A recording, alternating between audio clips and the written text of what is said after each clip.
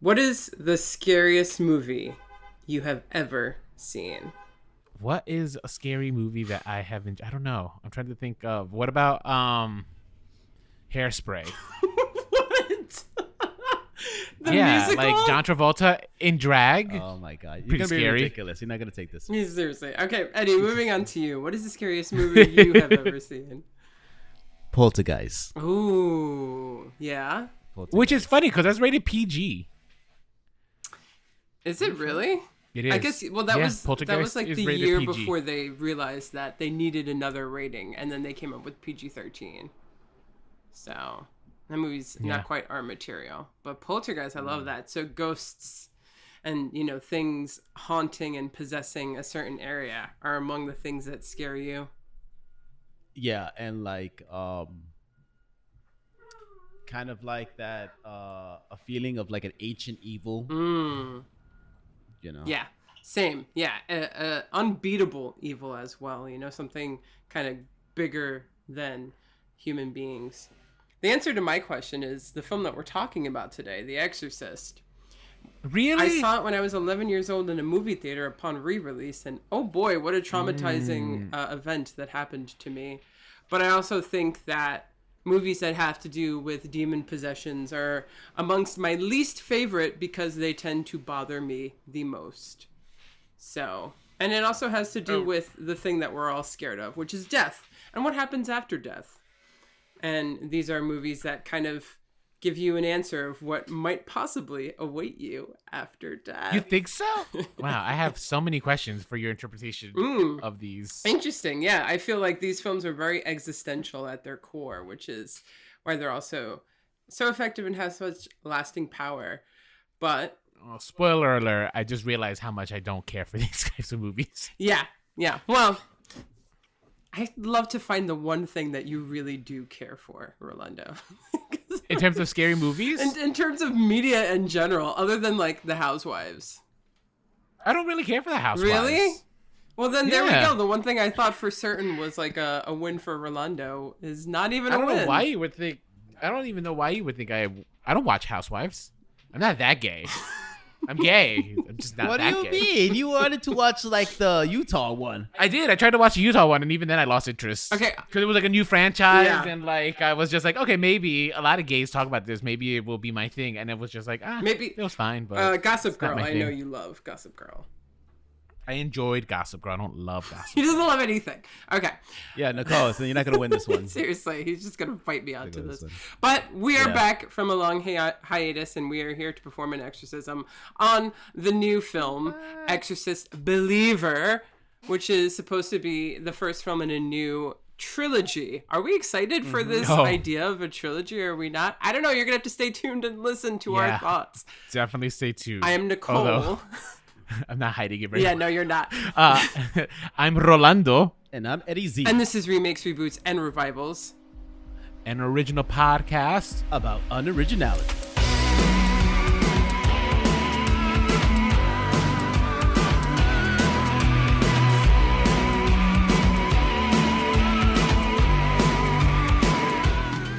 So, like I said, if you are new to this podcast, you probably don't know that we took a little bit of a break, a longer than usual hiatus, but, life just got out of hand for a little bit there. So we apologize that it took us so long to come back, but we're back. Mostly work. Yeah, we missed our anniversary. We did miss...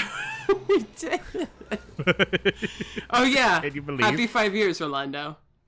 Is it 5 years? I thought it was 4. 5 years. Since 2018, we have been releasing Oh episodes. my god. And we're not millionaires yet. This is I know, seriously. concerning. What are we doing wrong? We don't know. But it's nice to be back and to talk to you guys We need about a some publicist. media franchise properties. Sure. Yeah. We were kind of scraping the bottom of the barrel to figure out what we're going to bring you guys for the remainder of the year. Yeah, surprisingly, it was kind of slim pickings, but Well, the strike isn't helping. it is you know? not now. And Um, but yeah, oddly enough, a lot of original content coming out this year. Which is nice, Yeah. but hard for us. Yeah. Not like the last couple of years where it was just like we had to be really choosy. So, but we're back for spooky season. It's October, and it's a brand new movie that just came out. So we figured we had to talk about one of the most prolific horror franchises of all time, The Exorcist. So I saw The Exorcist when I was 11 in a movie theater. But what about you guys? When did you see it? I first saw it when I was in 8th grade. Okay. I don't remember how. I guess I was like, what, 12 years old, maybe 13. Maybe 13. Maybe 13. So my friends used to come over. We used to watch movies at my place and stuff. And the group of friends I was with at the time, like, they were really into like kind of spooky stuff, like horror. And Exorcist was one of their favorite movies. I think I may have liked it, like, to be a part of the friend group, but like upon rewatching it, I was just like, God, was this movie always this fucking boring? That was my reaction. Yeah. Upon rewatching it, I told you it's gonna happen.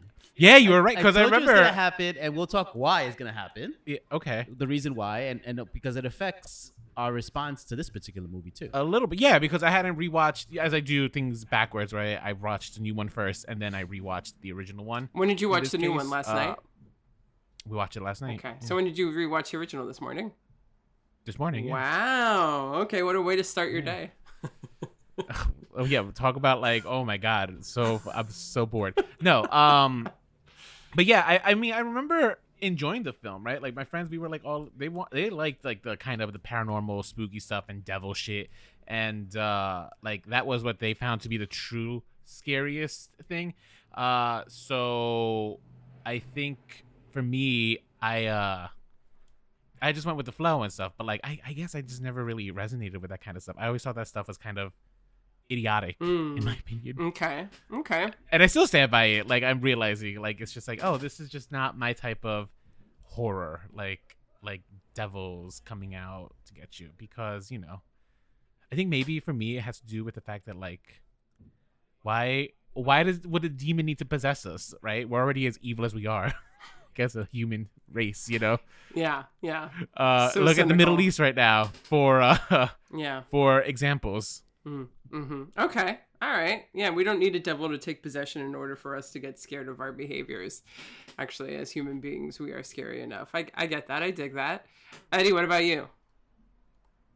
Oh, I saw this as one of those re-release in movie theaters. Yeah, same. And we didn't finish it because my sister was like, no, thank you. And she got up and we laughed. I was a kid. I was like a little kid, and I wasn't also appreciating it. But she was like, no, I'm out of here. This is too much. Yeah, no, same. My older half sister took me and my biological sister to see it. I was 11, she was 13, 14, went with a bunch of friends. And I remember they were like laughing a lot of the time, but truly they were laughing because they had to, or else they would have been crying, because we were all way too young for it. And it definitely was a lot. And this was when they like put the backwards walking on the stairs back in the movie. So like all the things that were in the original 1973 release, they put back for this year. Okay, yeah, so that's what I'm going to ask. Is it possible that the version that I saw was just not as long as the one that's currently available on HBO Max? Probably. I would assume that the one that is currently available has the walk down the stairs, which would be longer, which is about 10 minutes longer than the original film. The original film was just under 2 hours. I think the director's cut is 2.5. I mean, no, it's 2 hours and 10 minutes.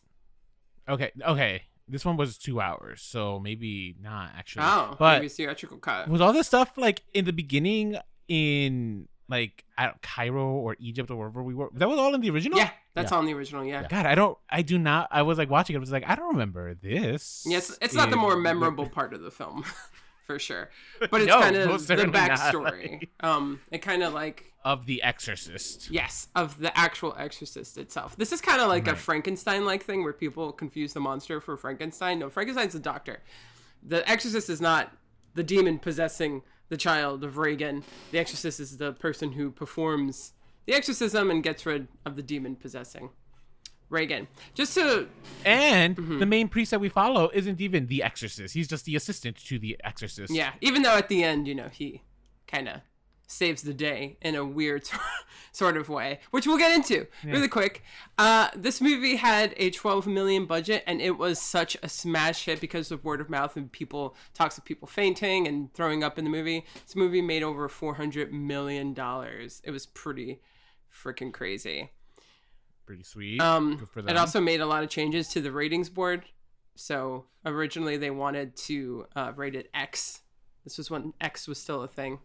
But they made a couple of cuts to make it rated R and stuff, so it could be for a wider audience. And a lot of... Let me tell you, the ratings board is like the biggest scam in Hollywood. It really is. Did you ever see the documentary, This Film Is Not Yet Rated? I haven't seen that yet, but I should probably should. It's such a good one that like kind of shows you like an inside look, as best as inside as you can get, because the problem is the board won't even tell you why they have given you a certain rating. And you can't even use previous films as examples for why it doesn't deserve a rating, right? It's always going to be like a new rating every time. Yeah.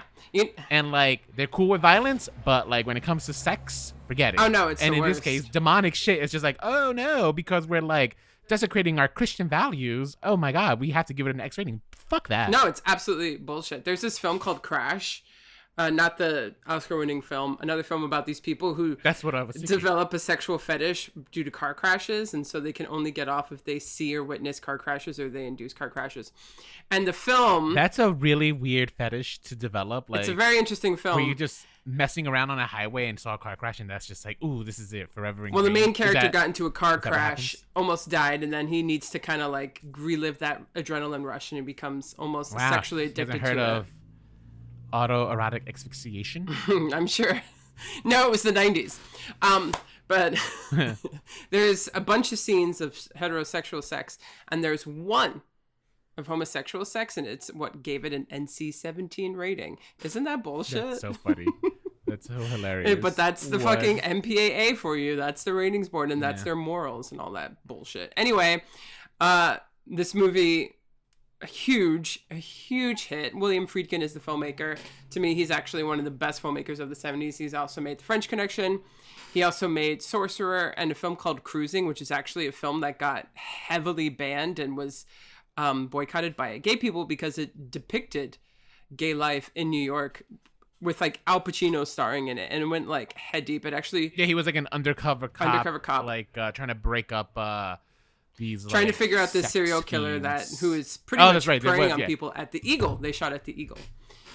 So very interesting film. I actually really love that film. But so he goes there with his movies. He's dark. He's not afraid to like get gritty about shit. And this movie actually had quite the production hell to the point where a lot of people thought this movie was cursed.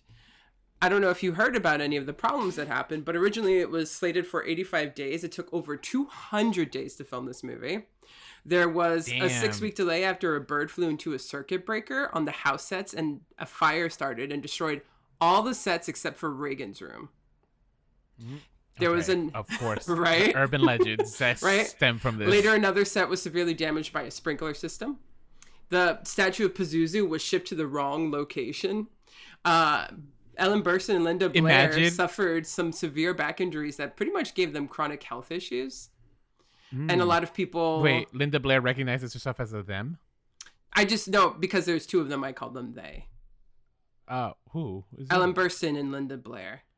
Both of them? Yeah, both of them. So there's two takes in the movie that gave them chronic back issues that William Friedkin used in the movie. The one where Chris is thrown backwards and she's like thrown against the thing. That gave her back issues for the rest of her life. And I'm pretty sure that the one that when she's like strapped, but then they're like she's being risen and like the straps are still holding her down, that gave Linda Blair some issues. So, and then a bunch of people that could really mess up your shoulders, which I'm experiencing at the moment. Yeah, she got scoliosis from that essentially. Crazy, huh? I should have laughed. It's kind of not funny. And a bunch of people who worked on the film experienced some deaths in their family, but a lot of people have said that a lot of this was just marketing gimmicks made up by Warner Brothers. I believe that. It could be. Who knows? More likely to believe that. But William Friedkin himself said, "I'm not a convert to the occult, but after I've seen all of this, I definitely believe in possession, and we were plagued by some strange and sinister things from the beginning. I felt like we were playing around with something we shouldn't be playing around with." So, but it adds to the whole... it adds to the allure and the mystique around the film. Yeah. So... Anyway, what is The Exorcist even about? Hopefully you have seen it, but if you haven't, there's an actress named Chris. She rents out a place in Washington, D.C. because of a film role with her young daughter, Reagan. And Reagan starts demonstrating some bizarre behavior. Mm-hmm. And on the other side, there is a character that we also meet who is a priest. His name is Father Damien Carras. His mother is dying. Mm-hmm. And he is losing his faith. He is having an existential faith crisis, essentially. Mm-hmm. And it all kind of coincides. Chris meets Carras by chance, and she starts taking her daughter to get all these medical tests to find out what is wrong with her.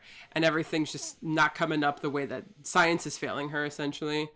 And it's actually, the beginning of the film is quite... To Rolando's point, it's quite slow moving. It takes its time because it's also trying to kind of, think about the 70s too, when people had no idea what this movie was about, right?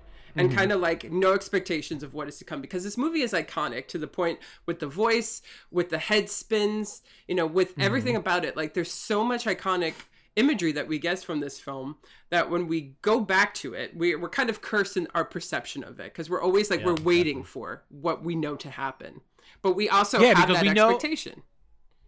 Those last 30 minutes are the most iconic parts of the film. They really are, yeah. And that's what we imagined the whole film was. But now, upon my rewatch, I'm just like, wow, that was literally like the last act of the film. Yeah, it was the build. It was the climax. It was everything that built up to it. And because this whole movie is just one very long build up to that.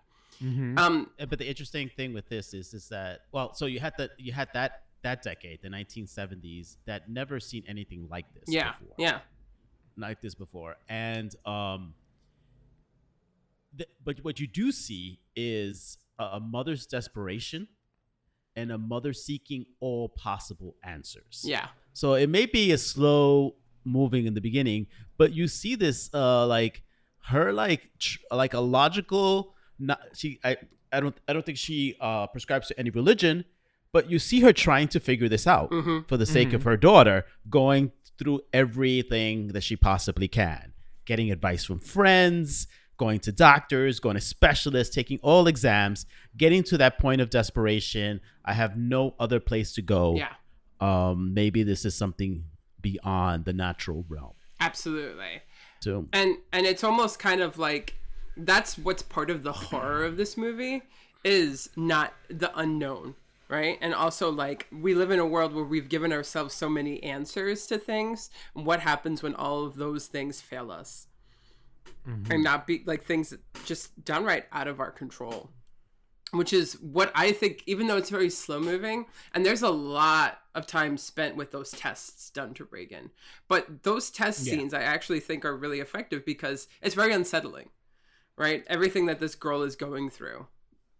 Yeah, I don't disagree with you. Those test scenes are unsettling, but I also kind of have an issue with them upon rewatching because it's just like, oh, but this is just kind of like saying how science has no answers. And it's kind of just, I feel like making us, it feels medieval. It feels like you science. Can't say that, because sometimes it feels like science has no place, and we want to go back to the Dark Ages, where we're going to rely on the church for answers. That's what it felt like to me upon the rewatch. And I'm just like, look, horrible. Yeah, horrible. I'm not gonna negate your like interpretation of it. I just feel like it's very oversimplifying, because it's just saying because it's like either or, right? It's like if we invest in the ritual supernaturalness or spiritualness, then we're saying science is bad or science cannot figure out the answer. Exactly. No, what we're saying a process of a person like systematically trying to figure this out, going through all the realms that she understands, then moving to a point where she's like, this is beyond, like, this wasn't in the mother's manual, so to speak. But the thing is, it kind of makes the doctors also look stupid, though, because like the doctors, how are the doctors because the stupid? Doctors literally see this woman floating and they're like, well, extreme psychiatric trauma can do this. It's like, what the fuck are you talking about? What like, it's no more doctors, so that's trying to go idiotic. for, though, is that it's like, look at how horrifying it is that all of the logical things do not apply here, and it's it's like more so like science is typically always going to be the answer. But what happens when it's not the answer? It's not like science is bad, science is stupid, and science is wrong. It's more so like, actually, wow, science does work. But look at what happens when science just doesn't give us the answers in this equation. No, here's the thing, is because I think the doctors in this movie are really trying hard to like kind of apply with their answers to what's happening to Reagan. But the problem is, I feel like realistically, like most any expert in this thing, there's a point they reach where it's just like, I don't know. They don't say that. They never really until like I think it's like one doctor that finally tells like the mom, it's like, maybe go see an exorcist, right? Mm-hmm. But like for the most part, all the doctors are trying to like apply what their learned knowledge is at the moment to like kind of apply it to her, like trying to give her a diagnosis, is trying to like explain these unexplainable things, when in reality, like I feel like anyone in the science fields would just, there is a point where they reach like, I don't know what the answer is, but we need to find out what the logical answer is, because I'm a man who does not believe in like the paranormal and stuff, right? So like obviously I would believe that there's an answer to this stuff, like electromagnets. I don't know. But I think that the filmmaker isn't saying, yeah, look at these stupid scientists. I think he's looking at it more from a humanistic thing. Like, look at these people's pride and look at these people's, like wanting to be definitive in their like thought process that they can't help properly. It's not necessarily a science problem. It's more so like human nature failing them. But isn't that ultimately like if that kind of reasoning, isn't that why we have dummies like nowadays who won't take the vaccine, for example? No, I think it's too like I don't know about that.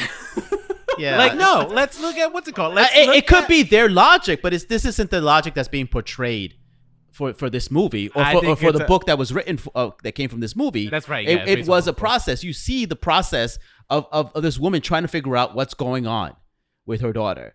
And also this is a certain time period where a lot of people in profession did not want to admit that I'm helpless in this. Mm-hmm. Yeah. I'm helpless in this. They always wanted to. There's an answer out there.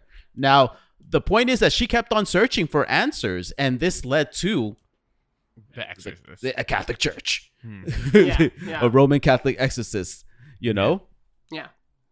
I feel like very attacked by both of you guys. Right now, well, so. If you're gonna like enter a movie about people getting possessed by the devil, then you kind of have to roll with it.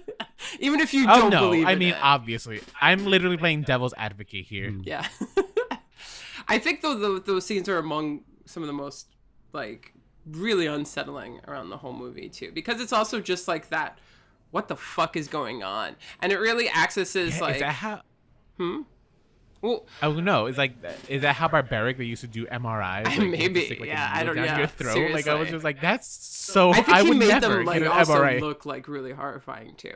But I think we're all able to access like that feeling of going through something and not quite knowing what's wrong with us. Like I don't know if you guys have had scares or anything like that in your life where like science didn't automatically give you the answer, and it wasn't necessarily.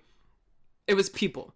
People who you turned to who couldn't really maybe help give you the answers that you were looking for. The answer was out there, but you kept searching for it. So that, I feel like, is the one major relatable factor of the whole movie. For me. I've never been possessed. So the rest of the movie isn't as relatable to me as, like, say, those scenes are. So, I've seen possessions, though. Oh, yeah? Yeah, tell me about them. You've never seen, like, a tweaked out, like, twink at, like, the eagle? Stop. I knew it was coming. I knew it. That's why I took the bait. So Reagan's condition worsens. Her body becomes like covered with sores. There is like a moment where she's been left alone, and then when Chris comes home, her mother comes home, she finds that like the person who is looking out for her is dead on the stairs with their neck twisted. Who also, halfway through that movie, the actor who played that guy died. He was one of the people that died during the film, the production of the film. He died. But his scenes were done. Yeah. Okay. He served his purpose. Yeah. Yeah, and then like she just gets way more violent. She actually demonstrates a pretty blasphemous act with a crucifix in her body, and she turns her head backwards. And so her mom's like, "Okay, something strange is happening here. Let me ask my buddy Karas." What point? for you as a parent do you go to the Catholic Church? I know, right? I'm just curious. I think it might be taking the crucifix and doing what she did, where I was like, yeah, no, this doesn't seem. This seems unholy. I don't know. I feel like that's still explainable. She's hormonal, exploring her body. I feel like that one you could give a pass to. I feel like seeing the entire head turn. That's like, straight up, like I feel like that's like okay. I don't even. Yeah. You're an owl of some sort. So. Yeah. So Karas visits Reagan and has a conversation with the demon. The demon's like, "My name's Pazuzu. I'm a representation of the devil. I speak in tongues, and I'm gonna vomit on your fucking face." And so Karas realizes that he's way in over his head, so he gets the help, and he gets I don't know if he's like has a different term, but his name is Marin, to help perform an exorcism. Father Marin? Yeah, Father Marin. I don't know if he's like a bishop or anything like that. No, there's no way that they have an exorcist bishop. They do. Wait, a bishop could be an exorcist? Yes, the power of the exorcism is given. It's the power to exorcise demons. Exorcism. It is innate to the office of the bishop. Okay. Oh. Priests are only able to do it by the authority of the bishop. It's an extension of the power of that. Okay. So a priest needs the authority to be able to do exorcism. It's also like confirmation for those who are Catholic and have gone through the whole sacraments to get confirmed. The power of the confirmation is from the bishop. It is bestowed to a priest when necessary. When it's when there are like 200 confirmations happening in the same month, one priest of that diocese, it's not easy. So he'll exert that authority to the priests so they can confirm their classes. Oh, wait, so then do you remember, is Marin a bishop? I don't know. Yeah, I kind of forgot that. But he would have to perform the exorcism, he would have to have the authority of the bishop. Yeah, I see. So he would already have to have the authority. Because he was the one who was already like, he's the one who we start off in like the Middle East and stuff, like, and he's in the desert. Mm-hmm. And I remember just rewatching it. I'm just like, is this like a different movie? I don't remember. Yeah. Origin story for Marin. And that was like a straight up like 15-minute sequence. Yeah, it's what definitely. Begins the movie. So Marin reads some Roman rituals and tries to exorcise the demon out of the child, and it is quite an endeavor to the point where Marin dies from a heart attack. And so Karas and also during they're trying to exorcise him, the demon takes the form of Karas's newly deceased mother. Mm-hmm. And pretty much like so messed up. To take the form of your mother and to insinuate that she is in hell is pretty. Demons are fucked up, man. As we'll see also in the new movie. So he gets so enraged that he starts to pretty much choke the child, beats it, and says, "Take me, take me, take me." And Pazuzu then indeed takes himself into the form of Karas, and Karas having, I guess, the mental space, spoiler alert, to make a decision, he throws himself from the window and he kills himself. And then Pazuzu does not have a host anymore for him. Which is crazy. There were so many people that were touching him when he was still like alive. So yeah. Why not jump? Mm-hmm. That priest who comes and be like, "Do you have anything to say? Any confession?" Be like, the man is dying. Yeah, right. Like, I don't know. Just say, isn't there like a blessing you could give to like, all right, he can't speak, so like I absolve you of like any sins you may have committed, including letting a demon inside of you. Yeah. I mean. So wait, I did a little research here. Father Marin is important because he's an archaeologist, and he has studied and dealt with this demon. Oh, all right, and he already had a history in confrontation with this demon. Got it. All right, so he knew that. That's why we start out in the Middle East.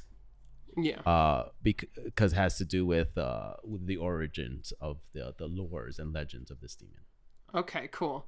Do we ever know how Pazuzu quite came to be in Washington, D.C.? Oh, I mean, it's she was playing around with the Ouija board. with the Ouija board. Okay. So So I I think she guess just like kind he of just- accidentally welcomed the spirit or something. Guys, don't fucking play with Ouija boards. Just don't do it. Why? They were made up by the Hasbro brothers, I think. They Or existed Hilton Barrow, I before forget that, who. and then they took No, that they and didn't. they commodified Actually, there's it. literally no evidence that they existed before that. Oh yeah? Are you sure? I actually saw a documentary about this. Oh, you saw a Like this, documentary, like so kind you of know. lore about the Ouija board that is not real. It's like all marketing. Mhm. And yet so many people have so many stories. Don't do Yeah, it. because they're all fabrications of their head. Yeah. Okay. Sure. Whatever you it sounds so dismissive, Rolando. You sound great. No, serious. I'm serious. I'm like terrified because if we ever get a haunting, you're that yeah, guy. I'm the guy- You're I'm that the guy. guy. Yo, And I he's decided, you know Micah what? From Paranormal Activity. Yeah. I'm more like I'm trying to think of who. No, I already talked about this with Eddie. We ever bought a house, like a nice big house, and it's cheap because they say it's haunted. I will have to die before I give up on that house. Yeah, and I would say, hey, good luck. I appreciate it. It was a nice run. Not doing That's this. great. Not That doing is this. great. Oh my gosh. Like a ghost is gonna kick me out of my own home? No. In this economy, no, thank you. Right? Like- So since you rewatched it this morning, you know, what are some thoughts you have about it? What are some fresh new thoughts of the overall film that you have? Yeah, no, outside of the fact that not realizing how dull this movie was in retrospect, it wasn't even like a slow kind of like dread that kind of builds up. But it's also, I will admit this, like from when I first saw it to like where I am now, I'm a lot more cynical of like kind of like possession stories in general though. Maybe because I'm a lot more cynical with religion as a whole. Okay. So that could like be what clouds my vision of these kinds of movies. So I don't know. Yeah, I was more like taken aback. I was just like, oh wow, I just don't remember this movie being so like I forgot how much time we spent like those tests and stuff, and they were. I will admit, like those were kind of like the one specifically the MRI when like they stick the needle and like they drawing blood. I was just like, what kind? Like this seems like witchcraft. Yeah. Right. Yeah. You know, but you know, hey, like that's how medicine probably was back then and how it has evolved. Like, thank God that all I had to do is just go into this tube to get an MRI now. Yeah. What else did I think? I guess I forgot how. Maybe for me, one of the things I do have an issue with is like kind of like the way we kind of go back and forth with Father Karras and like the family, because it kind of just seemed for me a little disjointed because we don't get their connection until like later on, right? Like the movie kind of starts off with like going back and forth with like mother and then Father Karras and like his, and I was just like, but it kind of felt disconnected, like watching two different movies simultaneously. Okay. Yeah, I get that. Yeah, I mean, the movie doesn't move at this beautiful breakneck speed, but the whole movie does kind of feel like a build-up. If you were to kind of put aside all of that supernatural demonic possession stuff, and you just kind of were to take this as an allegory for, like, sickness, disease, and death, and how, you know, sometimes something can take hold of us and we don't quite know what to do or what it is, and it can absolutely ravage our bodies, is really horrifying in terms of even, like... Science has made so many strides, you know, but do we quite know everything that could happen to us? Do we quite know all the things that can ravage and disease our bodies and then maybe inevitably kill us? And so many people, too, kind of coming with existential crises, too, with like, especially with Karras hearing the voice of his mother, you know, and him coming to terms with his own death through hers. I think as an allegory for all of that, the film is really scary. And the inevitability of all of our demises and the deterioration of us. So, I mean, also demons are scary, whether or not they exist or not. Their portrayal that movies have done of them, they don't fuck around, man. They like are fucking ruthless and terrible, and they want to hurt you. And that is like scary. So, people with no redeeming qualities, well, they're not even people. I think it's effective. I think the imagery has held up for so long because it accessed something that we're all really like at our core scared of. I think there's a body horror element to us. What happened to her body? It's the first film, I think, that really portrayed that a person's body can change. And I don't really know if that's actually how it necessarily works in quote real life. When someone gets possessed by a demon, I think movies have kind of given us this impression of what happens, but it works. It accesses like our deepest fears of our bodies deteriorating and stuff. So yeah, once the Exorcist actually finally makes his appearance and like we're in the house and we're seeing like the power of Christ compels you over and over again, I think that whole act is like actually like, okay, finally entertainment and stuff. And I do agree with you. I think the practical effects in this film are wonderful though. Yeah. Like they do still hold up, and I've been saying it for 5 years now apparently. You know, practical effects over CGI always. Yeah, you know? seriously. And there was such a short window for like the golden age of practical effects, because CGI really came in and took over in the 90s. And even though like they were making practical effects before the 70s, they perfected it, I think, because they were also, the code was lifted. The code that, you know, went over Hollywood was lifted. And so now we could show things like blood. Now we could really get gross with our stuff. And so the 70s and 80s are just the best. And at least in terms of horror, because of how successful these artists were.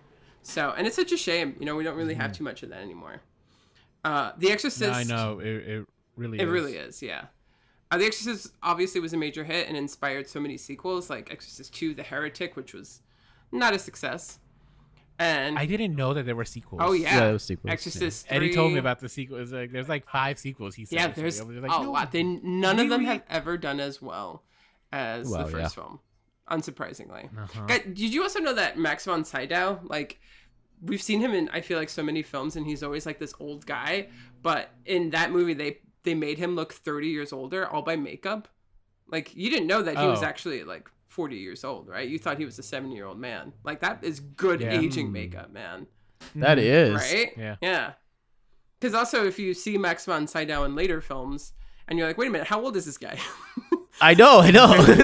Like, he's been 70 for how many years? It's like, Maggie Smith. yes, it's like she's been mature, very mature for a very long time, it seems. Yeah. Yeah, like You know, Hook, just- Hook is like my earliest memory of her. from being Sister like, Act to Hook to Harry Potter. Seriously. She's just always...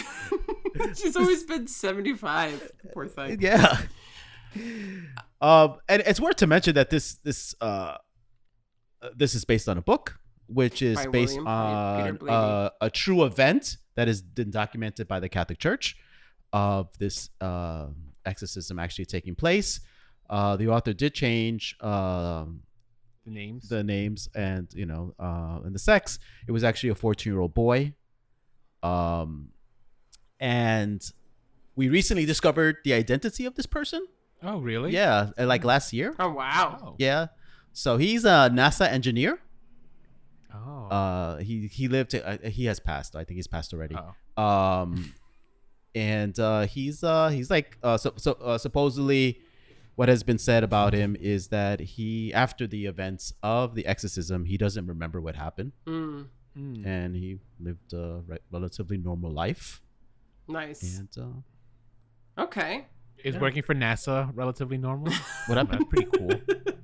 That seems like a pretty exciting life, like working No, for NASA. good for him. Yeah, he went to Yeah. succeed far above a lot of people. Imagine if he was imbued with like some technology, like some like knowledge and stuff, and that's how he ended working for NASA. Maybe. Yeah. Look at him. He You know? dedicated his life to science. Look at that, Rolando. Actually, yeah, that's you're right. That's a better takeaway. That is a better wrapping up of the story. So, cut to this year, 2023, David Gordon Green, who started off making independent films like George Washington, then transitioned into Hollywood films like Pineapple Express. And then back in 2018, decided he was going to retcon the Halloween franchise and made 3 films to make a trilogy. Halloween, Halloween Kills, and Halloween Ends. The first of which we covered on this podcast back in 2018. We did. Yeah. That was our first year. That was our first right? year. It's one of our first 10 episodes. Yeah, look at that. It's all coming full circle. Yeah. He decided his work was not yet done in reviving and remaking old movie franchises. He decided he was going to take his hand at The Exorcist. And so this is the first of a planned trilogy, with this one being The Exorcist Believer. And the next one already has its title. It's called The Exorcist Deceiver. My God. Okay.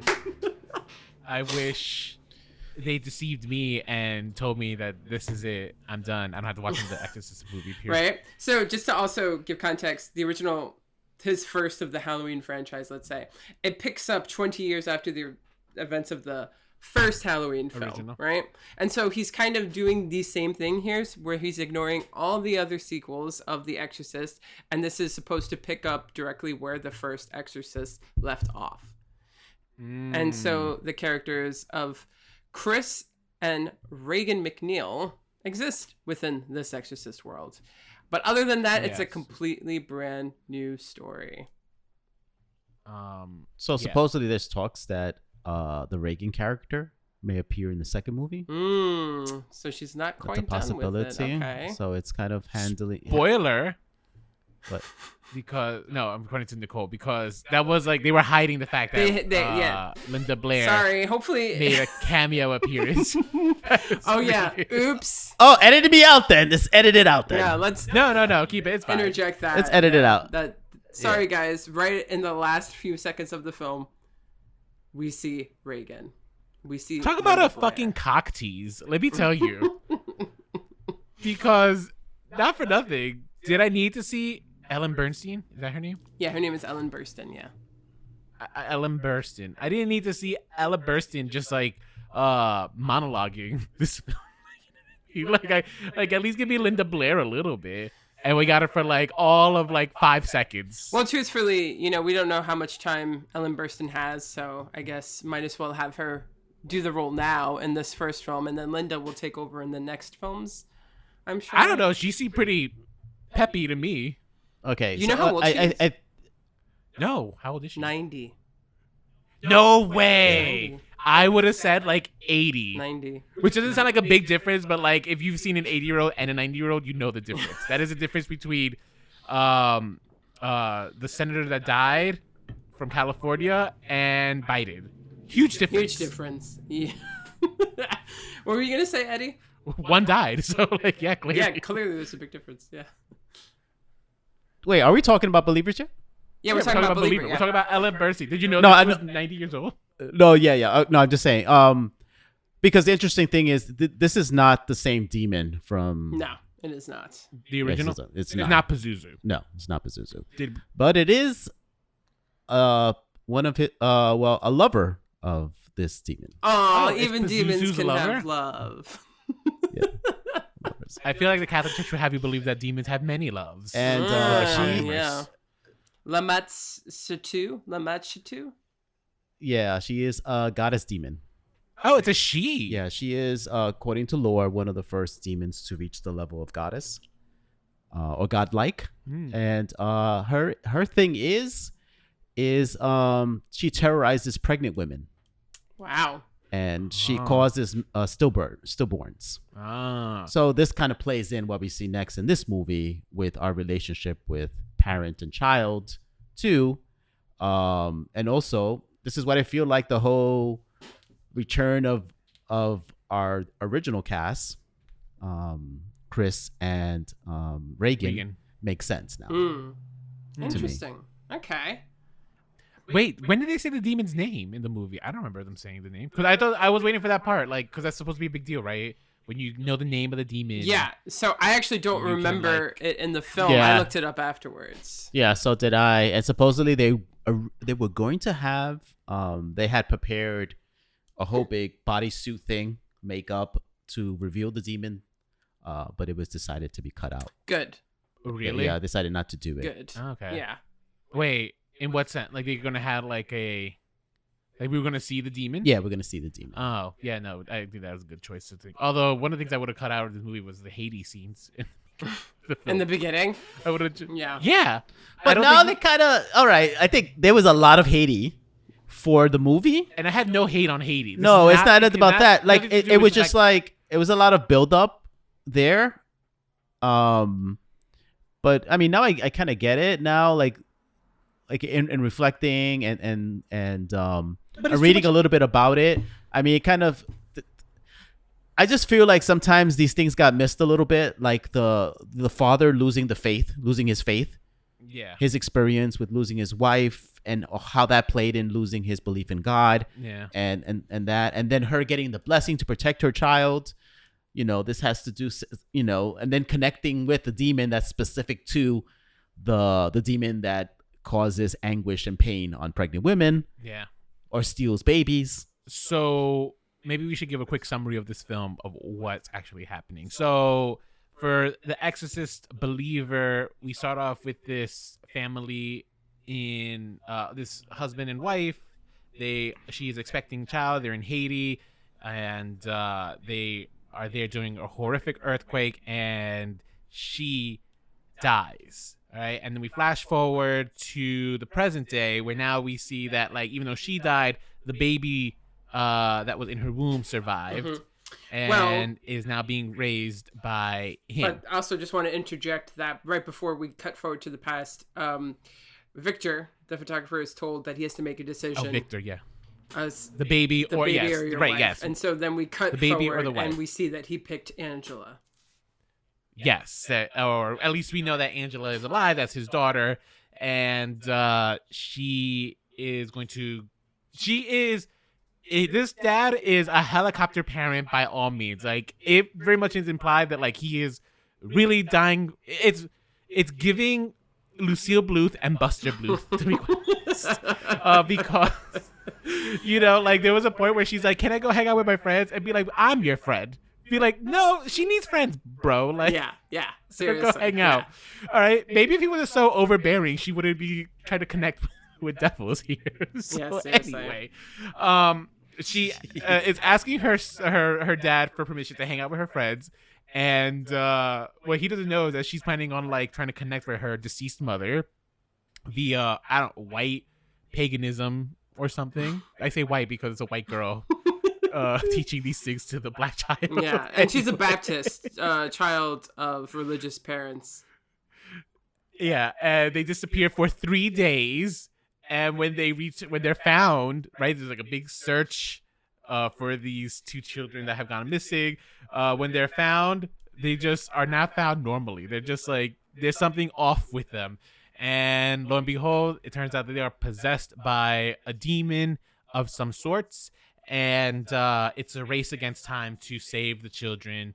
And you have, like, they contact Ellen Burstyn's character because she has experience with exorcisms. And, so since Reagan got possessed in 1973 and she went through that whole ordeal, Chris has pretty much spent her life researching exorcisms in every culture. And she's become, like, renowned for her studies and for the book that she wrote. And because of that, though, her relationship with her daughter has become estranged because she's like, wow, you can't just get over that horrific thing that I went through and now you're making money off of it. So, it's been a point of estrangement between the two. Do you think Reagan was mad that it's like, how are you making money off of my story? Yeah. This is my story. Seriously. I should be the one making the money off of it. These are my film rights. I know, poor thing. Not yours. She's like, I kind of would love it if we stopped talking about this instead of you building your whole career after it, Mom. Thanks. Quite honestly, this is the movie I would rather see, like, fighting for the life rights of the story.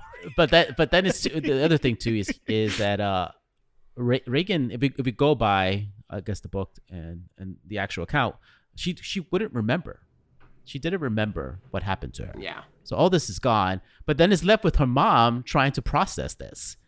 Her mom had a serious paradigm shift. Yep. And now she's going to be like, I got to do something with this. Yeah. I have to do something with this. Yeah. No, absolutely. I need to know more. I need to share my knowledge.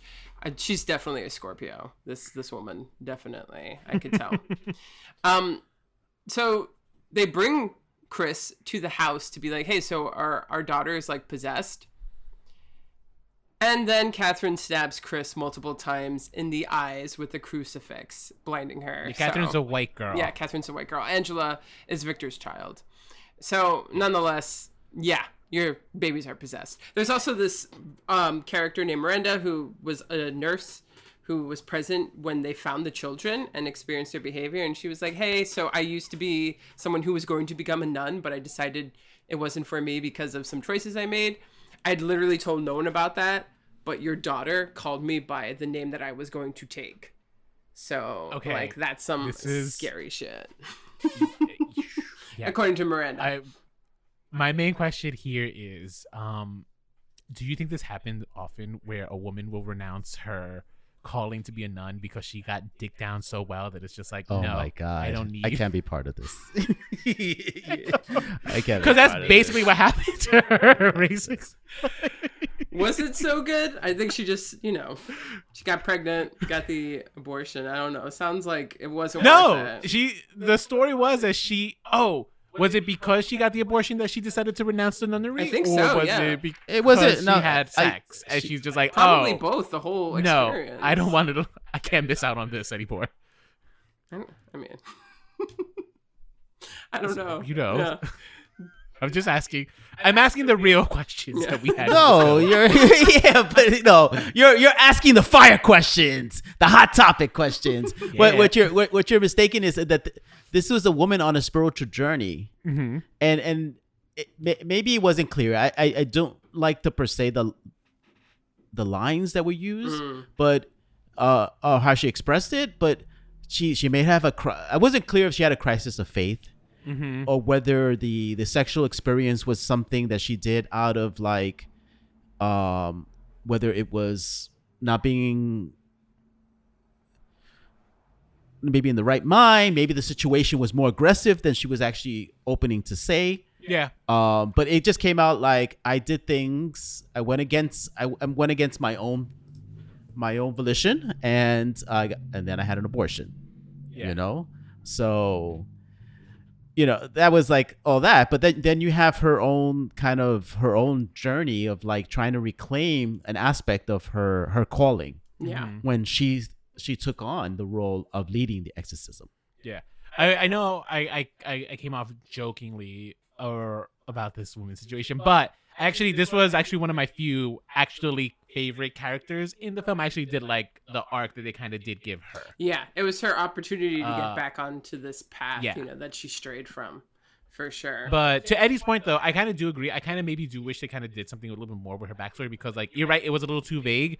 And I forgot where I learned, but like apparently, like, nuns, the amount of rape that they experience is like from like within the church is like a staggering. And like even to just make a little kind of nod to that maybe would have been Mind you, we're not saying that she was raped. Yeah, that's or not there what was I'm trying to say sexual at all. assault. 'Cause I It was just interpreted so it as, like, the I vague. It interpreted was like as she messed around with the guy and like accidents happen. But I think they could have had her wrestling with her faith a little bit more, because it seemed like because by the time that she meets she's with Victor, aside the fact that she's like this raging lunatic about like the garbage cans, she is trying to be helpful. And but she seems like she's a woman of faith, right? Like she, 100%. like it didn't seem at any point that she had lost her faith. And like I think something more could have been done there with that character. For sure. I mean, there's a lot of characters here, and there's a lot of so many characters. Because also what happens is that Unnecessary. Chris is like, hey, if you're going to perform this, you need to reach out to a bunch of different religious people, not just a Catholic priest.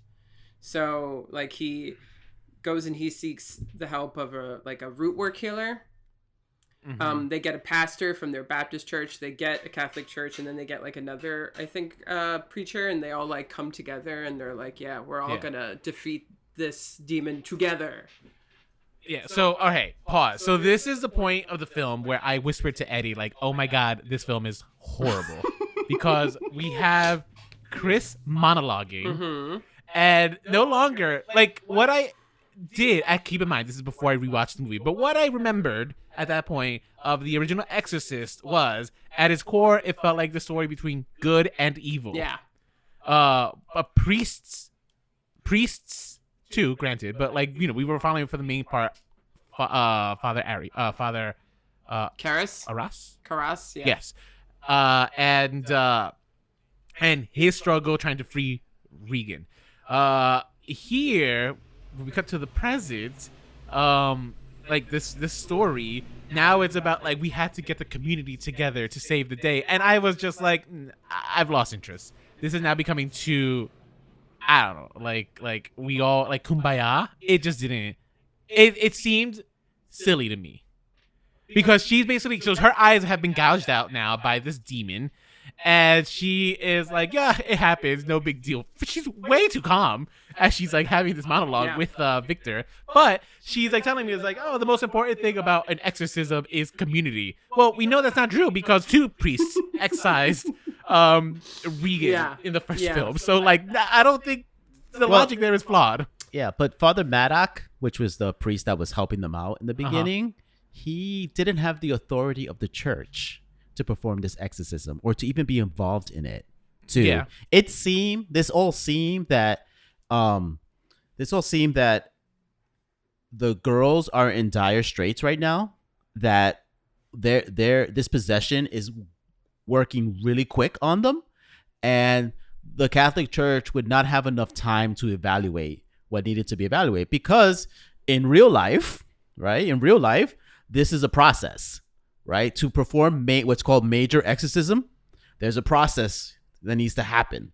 There's several steps, specialists involved, evaluations and stuff like that to get to the point of a major exorcism when you're exorcising a demon out of a person, right? Mm-hmm. This does look like this was happening. The girls were deteriorating very quickly. And Father Maddox was like, we need to do this. And they were like, we can't, because it's like, we need more stuff. This doesn't seem to be a major exorcism situation. Don't you just hate it when bureaucracy gets in the way? So he didn't have authority. Yeah. Oh, FYI, this Pope Pope Francis is actually pretty good at really getting exorcisms done. Oh, yeah. He's cool with the exorcisms. Well, don't twist my words. They don't have a normal period. So in other words, he's out like, hey, there's a job that needs to be done. We should be doing it. Wait, do you think? Okay. All right. So moving from that. Wait. But Father Maddox did not have the authority of the bishop. Yeah. Right. So, and if we go by that, if we go by laws of rituals and rules of rituals, the power of the bishop did not extend to him at the time for exorcism, right? Mm-hmm. But the community is necessary because this is what she's learned. This is what Chris has learned from her experience. The power of community gathered together in the goodness of the person, saving the person's soul, has power there too. Going back to our belief that the church is not just the priests and the bishops. Yeah. It is the people. The church is the people. That Christ's body is among the people. Mm-hmm. It's like that. It's like that. Here is the church. Here is the steeple. Open the doors. See all the people. For sure.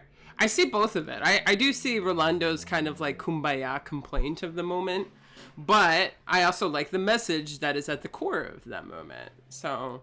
Well, here we go. Hang on. Now I'm going to like put another hole in that message here, right? Which I kind of took issue with the film, because we remember that like Chris, her character said that like, oh, these rituals have been throughout all of history, all different faiths, right?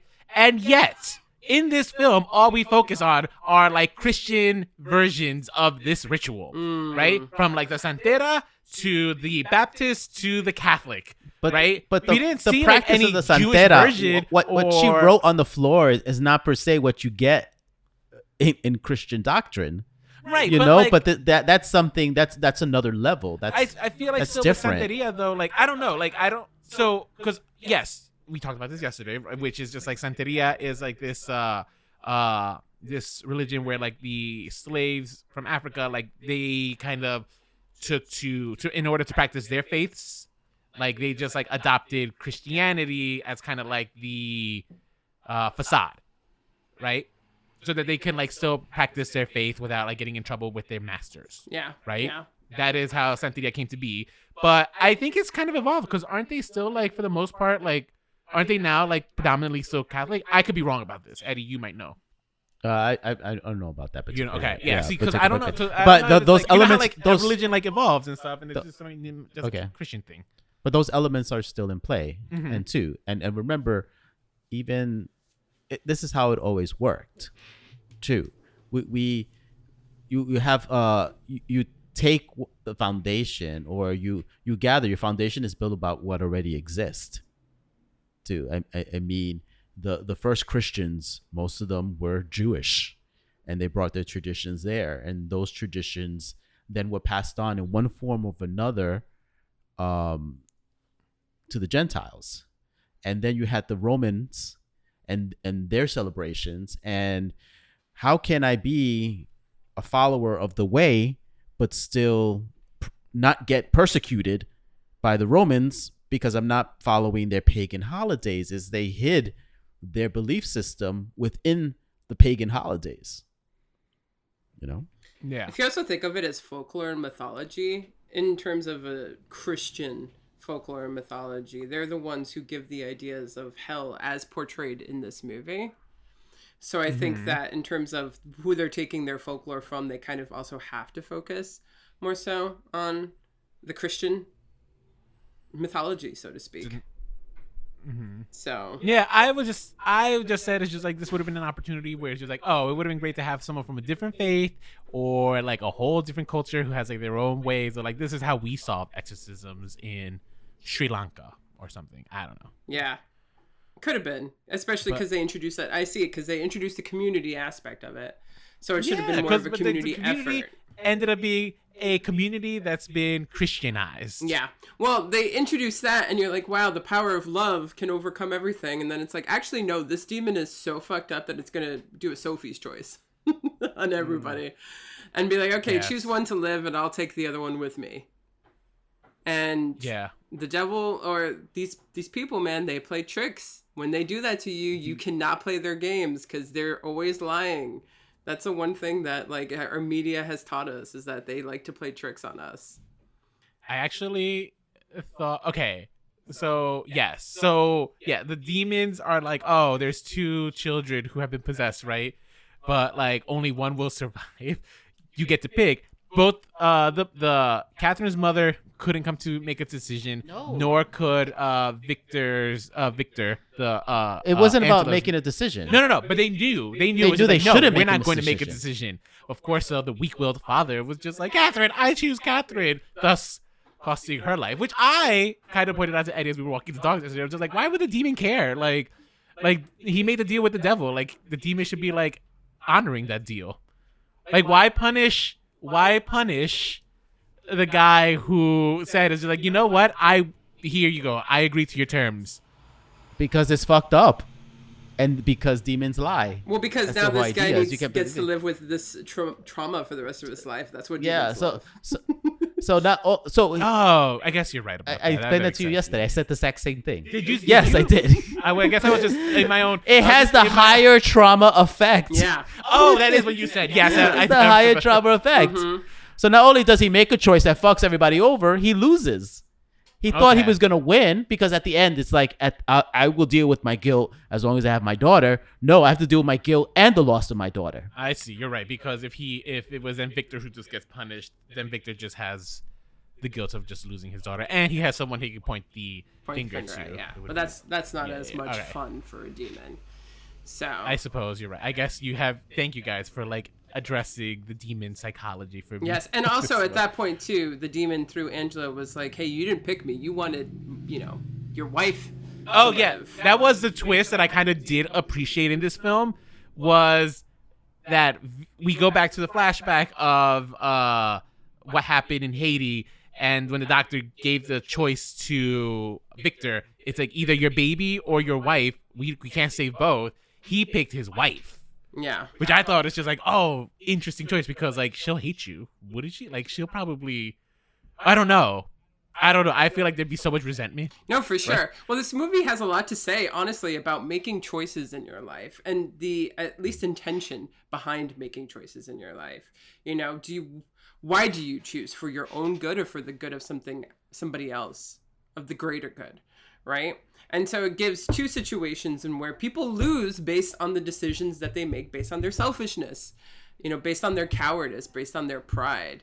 And so these type of emotions that we experience as human beings will only destroy us in the end. Hang on. I think there's another choice that also costs something, and that was Chris going up those stairs by herself. Like, Chris should know better. What? I was like, that was not. I feel like really that was not necessary. Like the whole eye guy. I like. Does she need to lose her eyes? Like, I know, come right? on. Oh yeah, first, when I saw those stairs, I thought she was gonna fall. I'm like, and oh, then her days are numbered. I'm like, hey, I mean, you should know. I mean, hey, you're demonically possessed. I'm really not gonna go anywhere in any room by myself with you or touch you. No, that was Okay. she was proud. She was very proud in that moment to see the demon and like to stand up to the demon. But it's just like, Chris, you're like 90 years old. I'm like, how about you wait until like someone more youthful is there with you to protect you? Just saying, like, there's no need for you to go up there and like encounter that demon by yourself. Yeah, that was a little. It was too much. so. And I feel like the priest Dumb. didn't need his head to be twisted. Oh yeah. Practically. So part of that. I felt that was a. Yeah, I felt like, I felt like all the things leading up to the priest being there were good, and that was actually I felt like that was like a moment where I had like chills when he walked in and started praying and stuff like that. No, people Wait. clapped in the audience. Because all Really? the things that he had to go through to get to that point, he didn't have the bishop's authority on it. He was just going on his own volition and own faith, right? Mm-hmm. And at the same time, too, let's be real. It's 2023. If you're involved in a situation that leads to a death of a child, right? Mm-hmm. You're responsible. And that scene, when Catherine dies, right? Everybody's in trouble. Yeah, seriously. Everybody's in trouble. No, it's true. Yeah. But I also think that that element, which I agree was unnecessary, is because at the end of the day, these people are making a new Exorcist film, and they want to top off all the imagery that you saw in the other films. So yeah, they want to see people's necks get twisted like that. Oh, we're not going to possess one girl. We're going to possess two girls. We're not going to. Yeah, I thought the same thing. Being like, it's just like, how do we make this more epic? Pretty Two much, girls get possessed. And so those moments, I was like, I think the crucifix in the eyes and blinding her, I think that was a moment where I was like, okay, I guess they needed a reason for her to not be present. Also because at this point, let's face it, Ellen Burstyn's 90, so they couldn't give her too much to fucking do. So it's like, I'm gonna throw her down the stairs. Yeah, just throw throw her her Let's throw her down the or stairs. something. That's the stairs. Stuff like that. But it was like But shocking. no, we needed to reconnect her with Regan later Yeah. on. So at the end of the movie, Victor has his daughter back. Angela's going back to school and let's see if she remembers any of this shit. We don't really spend too much time with Angela figuring out how she's doing. The parents, obviously, one played by what's her face from Lady Antebellum, or maybe now they're just called Lady Jennifer Nettles. Antebellum. Jennifer Nettles. Who's that? She was the mom. Is that the She was mom? the mom, yeah. She's from Antebellum? Oh, wait. Is Antebellum the bad word? I think that's the I one guess that I Lady- think it's just Lady or something now. But I think it's Lady A. Lady A, yeah, something like that. Maybe. Anyway. I didn't know that was her. She's the singer? Yeah. Mm-hmm. Oh, I love her voice. I didn't I didn't know she was. I actually No, didn't wait. think that was Sorry. Steve Carell's She's from Sugarland. wife. She's from Sugarland. I'm so sorry. I don't know what that is. I thought it was. There were points where I thought it was Steve Carell's wife. I don't know her name, but like I've seen her in a lot of TV shows. She's a comedian. I'm like, she's in horror, but it wasn't. No, her, yeah, so, obviously. no, not her. Um, And Okay. so that family now has to live with their guilt of the actions that they did. You know, Victor gets the guilt from. It was only really one- him, but she has to stand by her Yeah. husband's side. Victor gets to repatch things up with his daughter, and then Chris, blind, sitting there, hears somebody walk in, and she's like, "Is that you, Victor?" And then we see Reagan step down and go, "No, it's me, Mom." And then that's it. That's all we get of Linda fucking Blair. But this movie says that now, after all these years, Reagan and Chris are finally reunited. So we only know that terrible things are going to happen to them now in this next film. sure. I mean, there's going to be a whole trilogy, Do we know? right? We know that at some point, Reagan's going to probably get possessed again because they can't leave her alone. Leave that girl alone. Seriously, leave her alone. How do we feel about the fact that this is the first film in a new franchise? Terribly, because do you know where I took the biggest issue in this film also? Was how cartoonish. There was this montage, not montage, but like the scene where they're doing you know how like in The Exorcist they do the power of Christ compels you and they're doing the prayer, right? Okay, in this film there's a moment where like everyone's kind of doing their own version of their own prayer, right?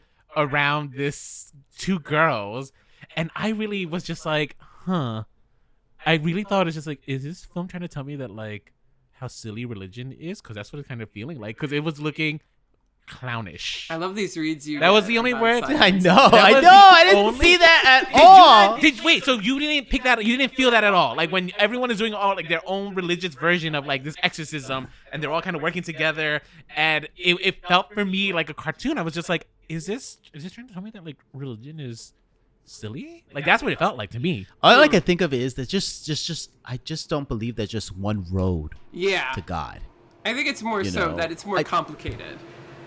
That there is a mosaicness of what they were doing in like the combination of their faiths and their expressions was what community is about. Except of being like, oh, I'm this and you're that, you know. So you're over there and because you don't believe what I believe, I can't respect you, or your belief is not, you know, like your belief is not what's going to get you to heaven. Yeah. You know, they were like trusting in the fact of like, we need to bring everybody in here. Everybody needs to bring in their superpower faith to help these two girls, because we're up against a big demon. I think here. if But they the failed. people amongst them were like, "What are you saying?" But why Shut did up," they or something fail? like that, and they were judging each That other.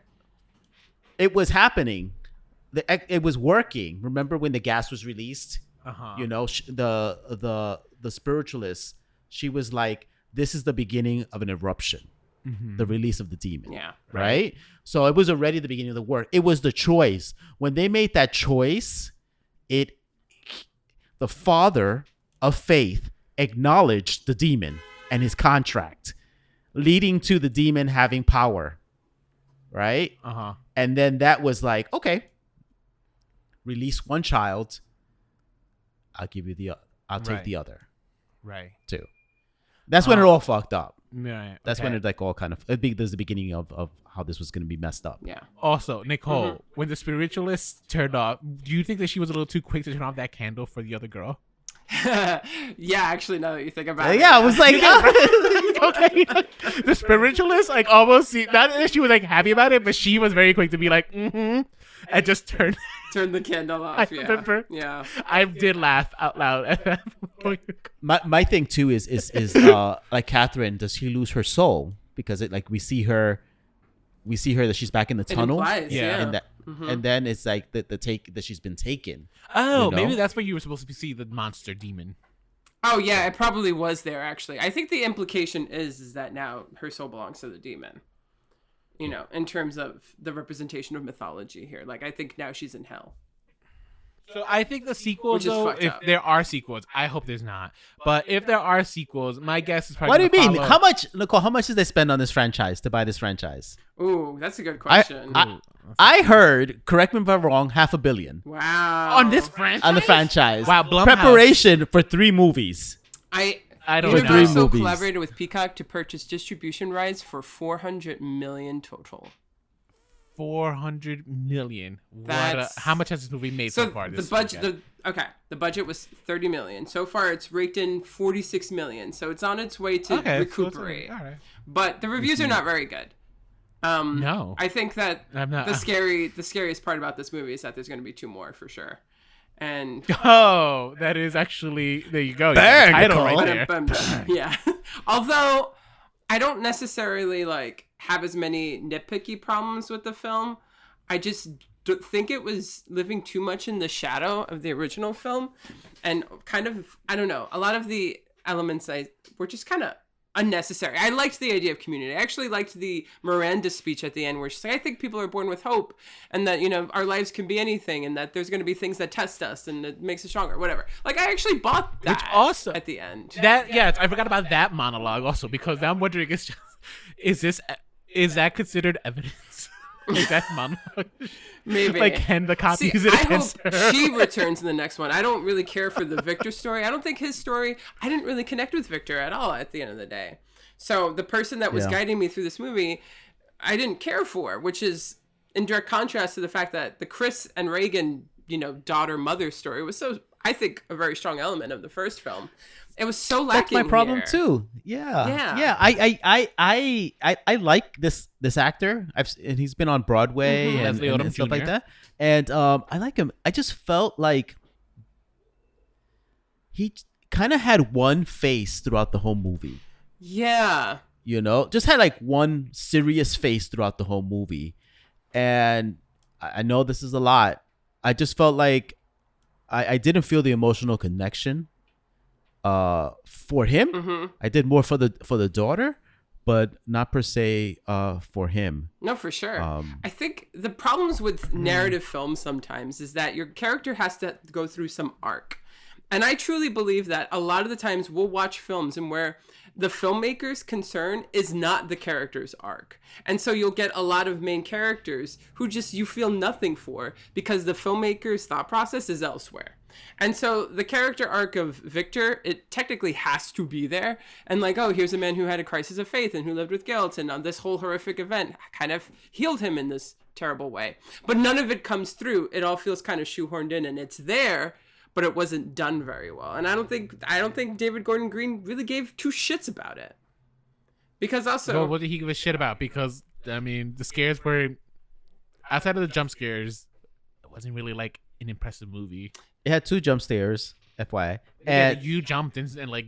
I did. I'm a sucker for jump scares. I love them. I eat them up. No problem. Yeah.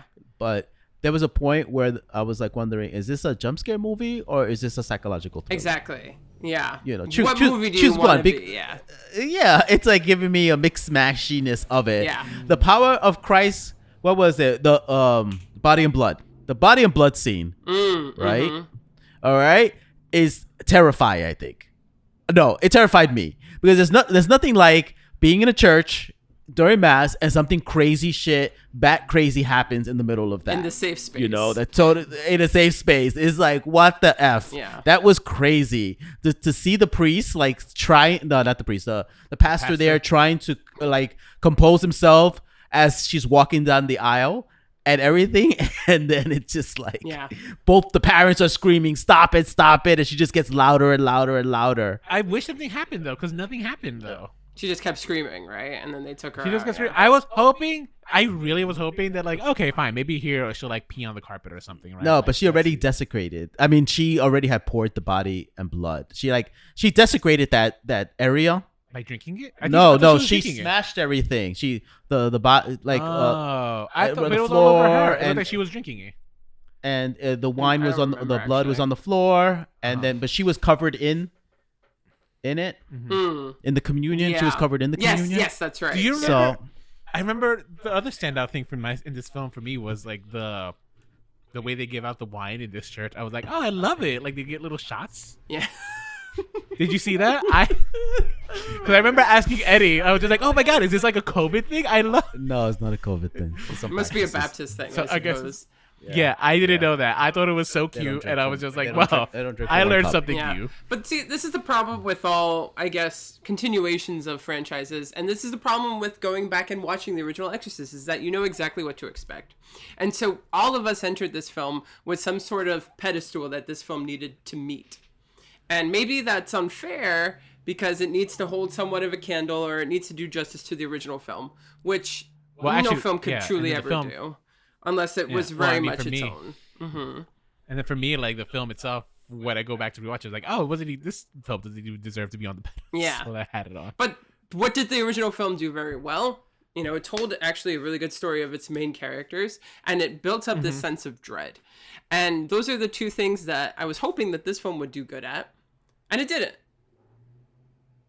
Yeah. Bam. Yeah, that's it for me. So it was a bit of a disappointment, but whatever. Yeah. That's all I have to say about that. Way to kick off. I mean, what a spooky season. What a way to kick off the spooky season, our return from our break. It's just like, we've had a good run of like decent to good stuff, I would say. Absolutely.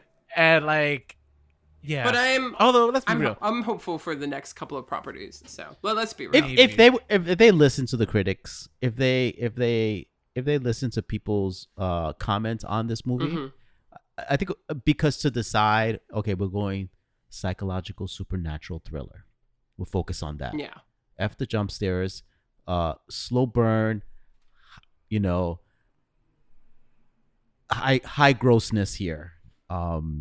Let's they want demons, let's give them demons. Yeah. You know. Yeah. No, for sure.